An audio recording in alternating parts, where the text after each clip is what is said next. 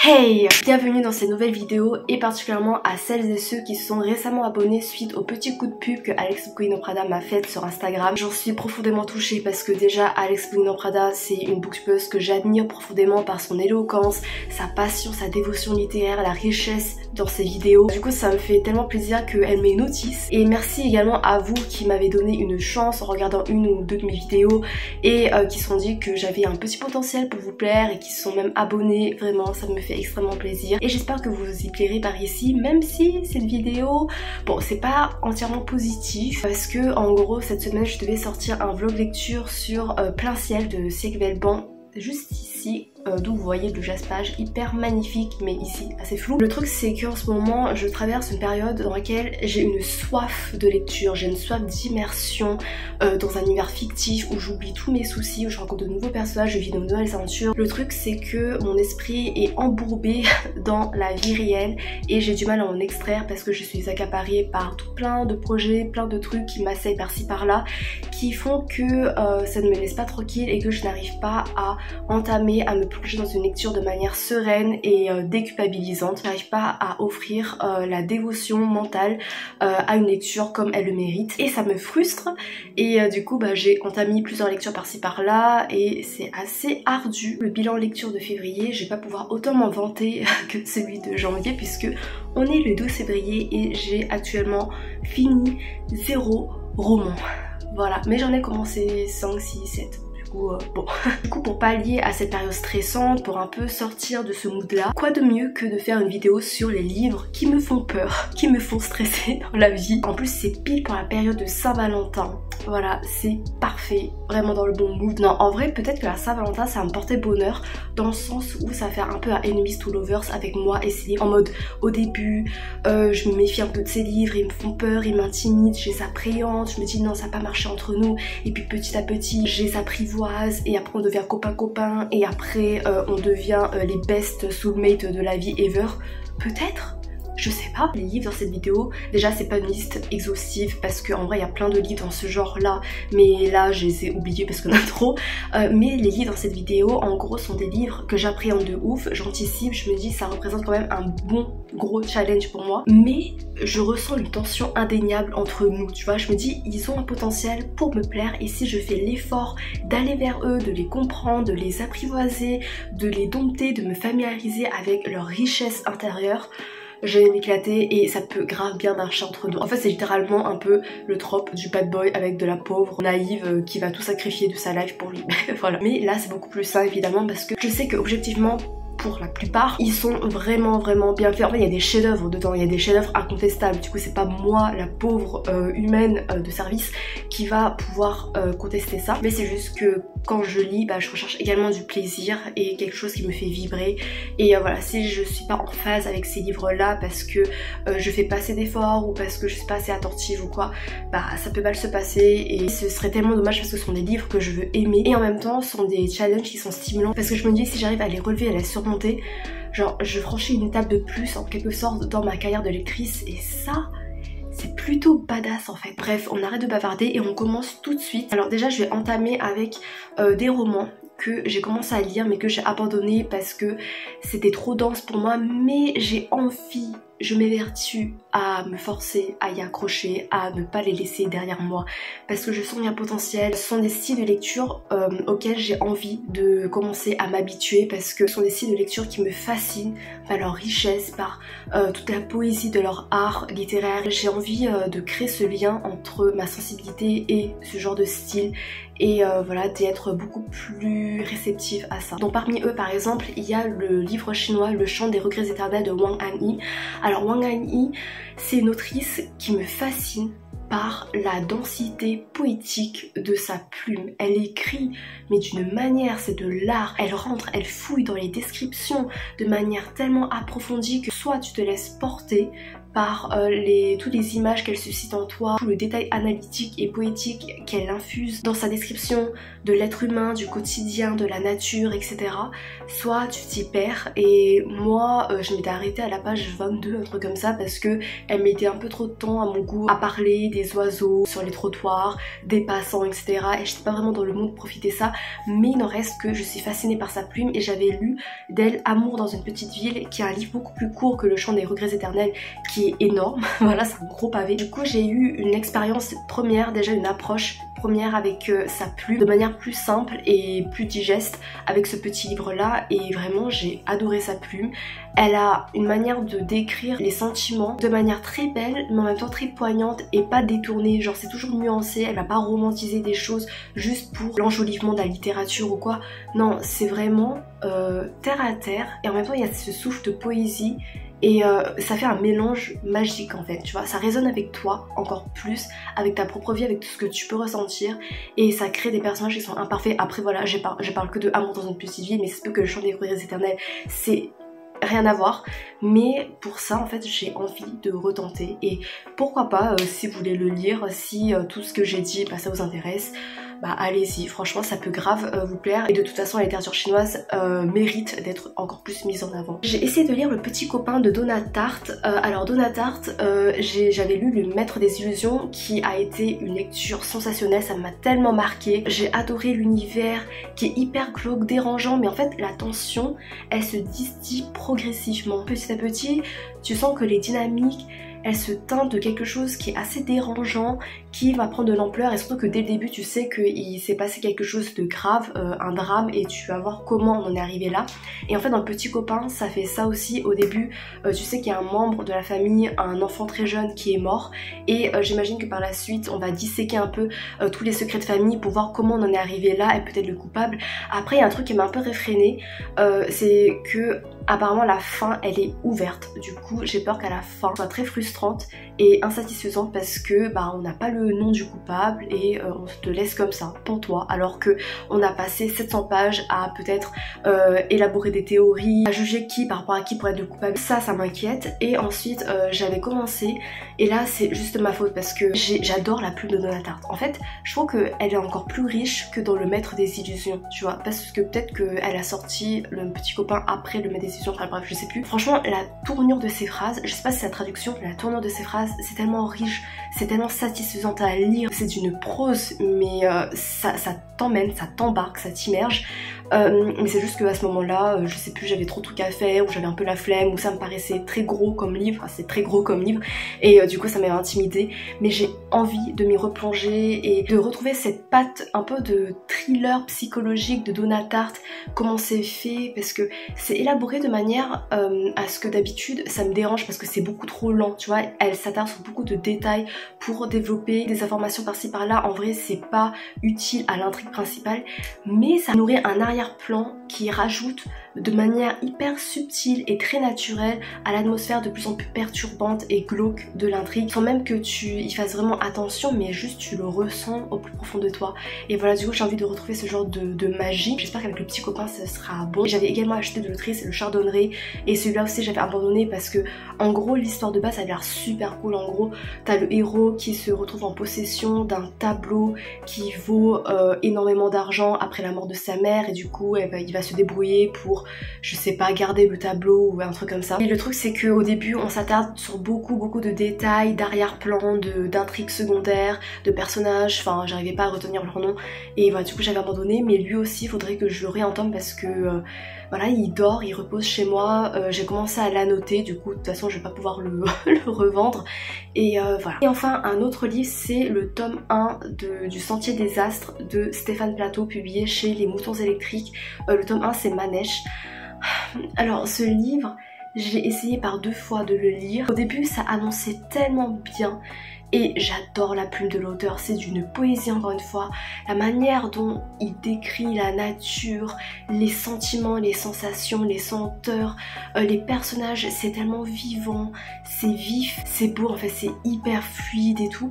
Le truc c'est que pour moi c'était trop contemplatif et je me suis arrêtée je crois à la page 100 où t'as Manège qui part en voyage et tout, et du coup il se retrouve tout seul, il remarque son chemin, des choses, enfin j'étais en mode bah est-ce que ça vaut la peine de consacrer 10 000 pages à ça, tu vois. Mais en même temps c'est un processus d'écriture qui me plaît parce qu'en gros quand tu rencontres Manège, c'est au début de l'œuvre où il y a la dérive et il se fait recueillir sur un bateau, où il se fait soigner et tout, et c'est là qu'il entame le récit de son histoire, et c'est trop bien ce genre de narration où tu retournes en arrière pour savoir comment le héros qui a l'air vraiment particulier en est arrivé là. Enfin ça c'est un processus qui me captive, mais là c'est trop long, mais j'ai envie d'accrocher parce qu'apparemment de le tome 2 ou 3 je sais plus, on se concentre sur une protagoniste féminine avec sa fille, et apparemment c'est bouleversant, c'est très beau, et moi les relations familiales, enfin ça me touche énormément. Et même au début de Manège du tome 1 il y avait des relations fraternelles, oh ça me touchait tellement, mais vraiment je mourais d'amour pour eux. Mais le truc c'est qu'après ils se séparent et tout, et du coup j'ai peur que voilà ça a été survolé et qu'on n'en retrouve plus et que je me retrouve avec un sentiment de frustration ou quoi. J'ai envie de m'accrocher et peut-être je sais pas, faire une lecture commune pour celles et ceux qui sont intéressés. Peut-être que ça me donnera un regain de motivation pour finir officiellement au moins le tome 1 et passer à la suite. Alors d'autres romans qui me font peur pour tout un tas de raisons. Il y a un auteur, pendant ma licence de chinois, on en a beaucoup parlé de lui, on a étudié vite fait son œuvre et il me fait trop peur. J'ai essayé de lire quelques-uns de ses romans, enfin un roman, 2 romans, ses romans les plus courts, et à chaque fois je comprends rien. Vraiment son symbolisme, ses métaphores et tout me dépassent totalement intellectuellement et culturellement. Il s'agit de l'auteur Mo Yan, un très grand auteur chinois, et je comprends totalement. Je sais qu'il y a un intérêt de son œuvre qui est foudroyante, mais je suis pas assez réceptive ou éveillée.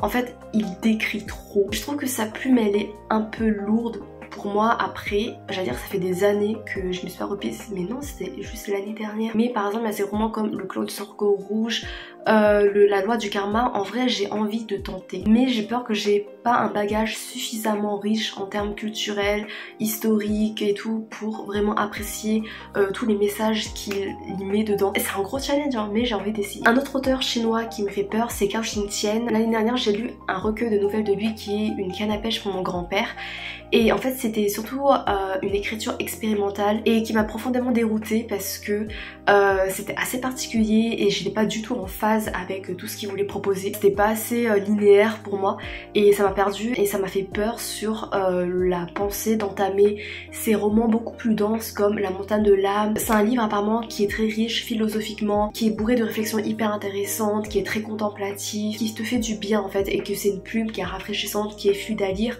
Et en vrai ça me donne envie, ça peut être une bonne expérience si je suis sensible à toutes les réflexions qu'il propose, et ça peut être un peu plus classique que Une canne à pêche pour mon grand-père qui là avait bousculé un peu trop mes repères et était sorti vraiment de mes habitudes d'une manière à laquelle je m'étais pas préparée. Mais en même temps La montagne de l'âme c'est quand même une bonne brique, mais j'ai quand même envie d'essayer et on verra. Un livre d'un auteur français cette fois-ci c'est Diamant de Vincent Tassi. Je suis époustouflée, je suis captivée, fascinée par sa plume, c'est une des plus belles plumes pour moi. J'avais lu de lui Apostasie que j'avais adoré, mais vraiment l'atmosphère hyper glauque, poisseuse, mais d'une poésie macabre qui m'a entraînée dans un ballet mais tragique, fataliste, très très mélancolique également. C'était une histoire de vampire et c'est sanglant mais ça requiert une poésie, une ode à l'amour de manière vraiment très particulière comme on en voit peu dans les autres romans.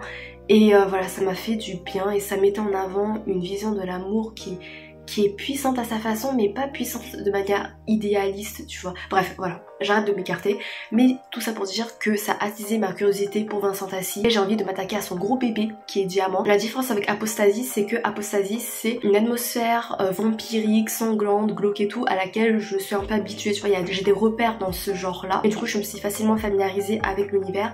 Mais avec Diamant j'ai l'impression que c'est un univers complètement onirique, voire abstrait parfois, où voilà, il y a plein de choses qui t'assaillent et tu sais pas trop si c'est vrai ou pas. Enfin voilà, en fait en vrai je sais même pas de quoi ça parle. Je m'y suis informée il y a des années et depuis je sais plus trop, j'ai quelques bribes par-ci par-là et quelques sensations dont je garde, mais en vrai c'est que je dis n'importe quoi. J'ai peur que ça me prenne beaucoup trop au dépourvu et que j'arrive pas à accrocher au délire, mais en même temps j'ai envie d'essayer parce que j'avais vu je crois une critique de Cornelius et des mots d'imaginaire qui mettait en avant je crois, un antagoniste qui était vraiment bien fait et assez particulier, original. Peut-être qu'il y a des relations qui peuvent me plaire, qu'il y a une sorte d'enquête je crois, je sais plus, mais j'ai envie de le tenter. Ça me fait peur, ça m'intimide de ouf parce que j'ai peur de m'y perdre, mais pas me perdre en mode immersion totale ou waouh c'est trop beau, juste en mode mais qu'est-ce que je fous là, et j'ai envie de remonter à la surface mais je sais pas comment, voilà. Mais je vais tenter, promis. Ah oui, l'une des plus longues sagas de fantasy peut-être, et l'une des sagas de fantasy les plus populaires. Et sûrement la saga de fantasy qui me fait le plus peur, c'est Game of Thrones. Grâce aux archives de Rochard de Brandon Sanderson, ça m'a permis d'avoir une bonne percée dans la fantasy adulte, qui était un genre que j'appréhendais de ouf parce que ça m'avait l'air beaucoup trop dense pour mon petit cerveau. Du coup je me suis peu à peu familiarisée et je recherche ce genre de fantasy avec un univers tellement dense, tellement fouillé mais phénoménal. Et en même temps il y a des fantasy qui paraissent beaucoup trop longs, beaucoup trop denses pour moi et qui m'intimident pas mal, d'où Game of Thrones. Mais ça me hype, j'ai envie d'accrocher, je me dis que si j'arrive à m'immerger, à adhérer à tout le délire, à tous les complots politiques et tout, franchement je vais adorer parce que vraiment j'avais lu le tome 1, l'intégrale du tome 1 et j'avais tellement adoré, mais vraiment je trouvais que même si c'était hyper gros, mais je l'ai lu, je l'ai bouffé, j'étais immergée, je mettais les musiques de la série en fond et tout, j'étais en plein dedans, j'ai adoré toutes les différents axes narratifs, les différents personnages, les complots politiques, les ramifications, les embranchements, les plots twist, enfin bref, voilà, j'avais adoré. Et puis après j'avais entamé l'intégrale 2 avec laquelle j'avais eu un problème de traduction, enfin pour moi c'était beaucoup moins fluide que dans le tome 1, je sais même pas si c'est la même traduction, mais vraiment ça coinçait, c'était lourd et j'ai dû abandonner. Et maintenant bah j'ai envie de reprendre, mais je peux pas reprendre à l'intégrale 2 mais dès le début parce que j'ai tout oublié et j'ai envie de profiter un maximum de la richesse de l'univers, de l'histoire, du développement des personnages. En parlant comme ça, j'ai envie de m'y remettre. Alors que je vous l'ai déjà expliqué, je suis dans une période chargée. Je sais que si je vais commencer, je vais pas le terminer, je vais encore l'abandonner. Avec mon autre tas de livres que j'ai abandonné en cours de route en même pas 2 semaines. J'ai l'impression que c'est une épreuve de longue haleine parce que si à un moment donné je lâche, je vais tout oublier, tu vois, et du coup je vais devoir tout recommencer depuis le début. Ou alors peut-être que plus je lis et plus je suis familière avec toutes les notions de l'univers et c'est beaucoup plus facile pour moi pour raccrocher les wagons en cours de route. Mais j'ai l'impression qu'il faut quand même beaucoup d'endurance parce que c'est quand même une grosse saga, mais j'ai envie. Franchement si j'y arrive, mais le glow-up de malade que j'aurai en fantasy quoi. Peut-être qu'en 2024 je vais ouvrir une série de vlogs de lecture sur ça, ce sera peut-être motivant et ça pourra créer des interactions hyper enrichissantes également. Un autre roman chinois qui est un roman de science-fiction, c'est une trilogie, enfin j'ai vu qu'il y avait un nouveau tome qui est sorti, je sais pas trop si ça fait partie de la trilogie mais bref. Il s'agit du Problème à 3 corps de Liu Cixin, adapté sur Netflix, je sais plus quand, je crois que c'est enfin disponible, je sais pas trop. J'ai du mal avec la science-fiction, c'est pas un genre auquel j'adhère plus que ça. Je suis pas assez familière et je suis pas assez sensible à toutes les avancées technologiques et tout, alors que je viens d'une filière scientifique en lycée, mais j'ai arrêté pour une bonne raison. Et j'avais lu des critiques sur cette saga en particulier. Alors à chaque fois c'est très élogieux, les gens ils sont en mode c'est super passionnant, c'est fluide à lire, il y a beaucoup d'informations scientifiques mais c'est super cool, mais du coup comme il y a beaucoup d'informations scientifiques, il y a beaucoup de jargon technique et tout, bah j'ai peur que moi j'adhère pas parce que j'ai beaucoup trop de mal. Mais apparemment la traduction est très bien faite et je n'en doute pas parce que parce qu'en fait le traducteur c'était le directeur de mon département en licence de chinois et c'était mon prof, notamment prof de traduction pendant un semestre, et c'était passionnant. Enfin il devait bien se foutre de notre gueule vu comment on traduisait parce que c'est hyper difficile de traduire du chinois en français, mais c'était trop cool et je sais que c'est un excellent traducteur parce qu'en fait bref voilà, je vais arrêter de faire l'éloge parce que c'est trop bizarre de faire l'éloge de mon prof ici, mais j'en doute pas de la qualité de la traduction. Et en vrai en fait comme c'est mon prof aussi, ça m'encourage à essayer de le lire, tu vois, parce que ça m'intrigue comment il a traduit. La science-fiction ça me fait peur et du coup si j'arrive à franchir ce cap là et même à apprécier peut-être la trilogie, je ressortirai grandi encore une fois. Alors là c'est via Booktube que ce livre m'a interpellée. Il s'agit des Oiseaux du Temps de Amal Emotar et Max Gladstone. J'en ai entendu parler notamment dans la vidéo récente de Alex Bouquin Prada sur les romans qui parlent d'amour. Apparemment la plume elle est très contemplative, elle est hyper poétique et tout, et ça m'intéresse vraiment, mais c'est une sorte d'amour et j'ai du mal avec la romance, mais en même temps j'ai pas un cœur de pierre, je vous le promets, mais je sais pas comment dire, genre ça dépend en fait du prisme de l'amour, comment c'est montré. J'aime pas l'amour qui est idéalisé mais de manière hyper forcée, tu vois, mais là j'ai l'impression que c'est une idéalisation de l'amour mais poétique, transcendante, qu'il y a quelque chose en plus et d'artistique limite, tu vois. Pourquoi pas, voilà, ça peut être une expérience, je le mets de côté, c'est pas dans une de mes priorités, mais ça me donne vachement envie. Et un autre roman, alors celui-là justement il me pose problème au niveau de la romance qui est idéalisée mais de manière dans laquelle j'aime pas du tout. Il s'agit de Crescent City de Sarah J Maas. À Cotard, un palais d'épines et de roses et tout. C'est la saga que je déteste le plus. Si vous êtes abonné à moi récemment et qu'en fait vous adorez cette saga, avertissement, je n'ai rien contre vous. Si vous avez aimé, vraiment tant mieux pour vous. Voilà, je sais que ça peut être un univers de confort pour beaucoup de gens et je peux totalement le comprendre. Voilà, c'est pareil pour moi avec par exemple Nevermore, et c'est juste que moi j'arrive pas. Et promis, je vais pas m'appesantir sur ma haine envers cette saga parce que ça va pas être agréable ni pour vous ni pour moi. Mais j'ai du mal avec la manière dont l'autrice écrit la romance parce que c'est pas du tout en accordance avec mes goûts. Du coup j'étais en mode Crescent City, ça va pas du tout le faire avec moi parce que j'ai aussi essayé de lire Kéléana, j'ai abandonné au bout de 2 chapitres parce que je supportais pas comment était décrite, était mise en avant l'héroïne de manière tellement pas naturelle. Mais Crescent City, alors déjà s'inscrit comme dans la fantasy adulte. Apparemment au début il est très difficile à comprendre parce qu'il y a beaucoup de termes qui sont jetés comme ça et voilà, mais apparemment c'est très riche, il y en a qui détestent toujours, il y en a qui adorent. Au niveau des personnages aussi, peut-être qu'il y a un peu plus de profondeur, un peu plus de pertinence pour moi. Je sais pas trop, il y a juste les scènes érotiques, pour moi c'est d'un ridicule, je n'adhère pas du tout, mais je me dis à la rigueur je pourrais sauter, au moins ça me fera avancer beaucoup plus vite. Et aussi bah là avec la sortie du tome 3 de Crescent City, tu vois l'autrice beaucoup plus par exemple dans des interviews, dans les rencontres avec les lecteurs et lectrices et tout, et elle a l'air tellement gentille et j'avoue que bah, ça donne encore plus envie de donner une énième chance à son œuvre. Parce que, je sais pas, Crescent City, en vrai, je me dis que ça peut peut-être le faire, ça peut peut-être me réconcilier avec l'œuvre de l'autrice parce que je me trimballe une animosité envers son œuvre, mais depuis tellement d'années et ça me fatigue. Et du coup, peut-être pouvoir nuancer, relativiser les choses. Du coup, je pense que Crescent City, voilà, même si j'abandonne en cours de route, mais au moins j'aurais essayé. Mais en vrai pourquoi pas faire un vlog lecture, je vais peut-être faire des vlog lecture challenge un peu pour jalonner un peu mon année 2024 et stimuler un peu plus la chaîne. Et enfin dernière partie, autour des livres classiques. Je suis quelqu'un qui a beaucoup de mal à lire et à accrocher aux livres classiques.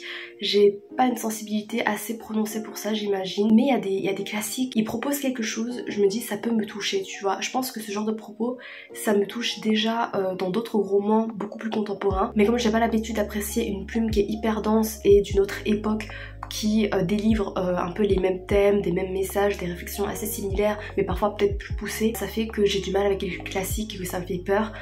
Parmi eux il y a L'homme qui rit de Victor Hugo.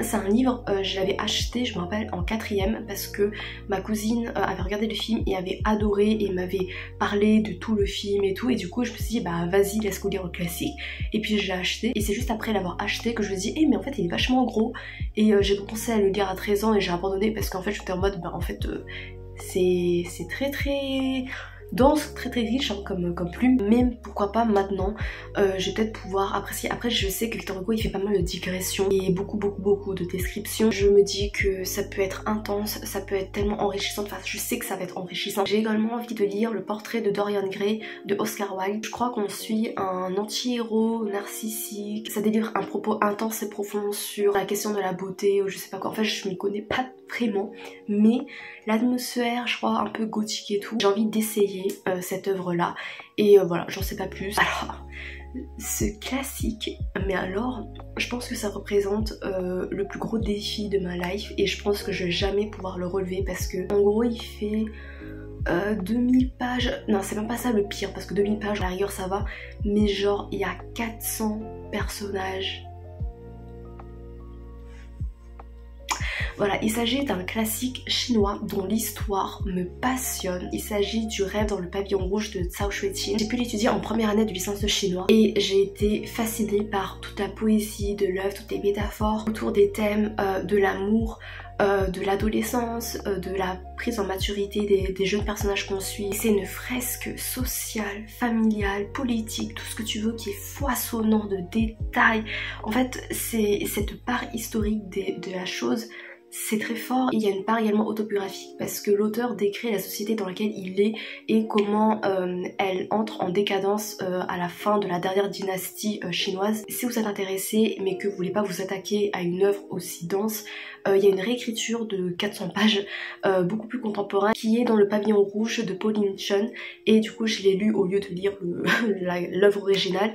Et j'ai adoré, vraiment la plume elle est poétique, la fin diffère je crois de la fin de l'œuvre originale mais c'est tellement beau, niveau historique, niveau psychologie des personnages, la poésie de la plume, de la découverte de la société chinoise à cette époque là, c'est tellement passionnant et du coup je vous invite à donner une chance à cette œuvre. Et voilà. Comme autre classique en fantasy, je l'ai mis en classique parce que c'est quand même un nom qui... Voilà, vous allez voir, c'est le Seigneur des Anneaux de Tolkien. Alors je n'ai jamais vu les films parce que j'ai toujours voulu commencer d'abord par le roman avant de regarder les films. Ça fait que j'ai vu ni les films ni lu les livres. Du coup je sais pas du tout avancer. J'ai envie de lire parce que comme j'adore la fantasy, évidemment que j'ai envie de me plonger dans cet univers là. Apparemment il y a beaucoup de détails, de descriptions, il y a pas mal de longueur et j'ai peur de m'y perdre et de m'y lasser très rapidement. Mais voilà, c'est un défi comme un autre et promis, je tenterai. Et enfin, un classique que j'ai commencé, il s'agit de Crime et Châtiment de Dostoïevski. Je suis désolée, j'ai vraiment du mal avec les noms russes. J'ai lu des extraits que je trouve assez puissants au niveau des réflexions que ça peut amener, au niveau philosophique, au niveau de la pensée de l'humain et tout. Enfin vraiment ça peut être assez intéressant, j'ai juste peur que ça part un peu dans tous les sens. Mais pour l'instant ça va, même si parfois il y a des allusions, notamment dans le chapitre 2, en vrai je les avais pas compris parce que je suis trop naïve, c'est tout. Mais on verra où ça va nous mener. Et si j'arrive à le finir, je me sentirai hyper fière de moi également. Voilà, j'ai fini. N'hésitez pas à me dire si vous également il y a des livres qui vous font peur mais que vous avez tellement envie de les lire. Vous êtes un peu tiraillé dans ce dilemme émotionnel. Ça m'intéresserait de ouf et peut-être qu'on va pouvoir se motiver pour les lire. Merci infiniment d'avoir regardé jusqu'à la fin. J'espère que ça vous a plu, que ça vous a intéressé. Et d'ailleurs pour cette période de Saint-Valentin, de base je voulais tourner une vidéo autour, je sais pas, de mes crushs livresques et tout, mais j'avoue j'avais un peu la flemme et du coup je tournerai pas forcément pour la Saint-Valentin, on verra. Mais pour la Saint-Valentin l'année dernière j'avais tourné une vidéo que j'aime trop, franchement je suis fière de cette vidéo.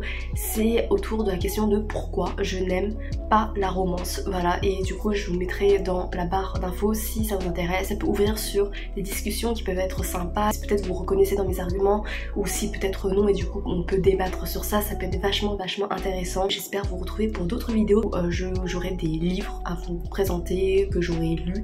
J'espère que j'aurai lu des livres d'ici là, sinon ça va pas le faire. Merci encore et à bientôt peut-être, je sais pas, j'espère. Salut!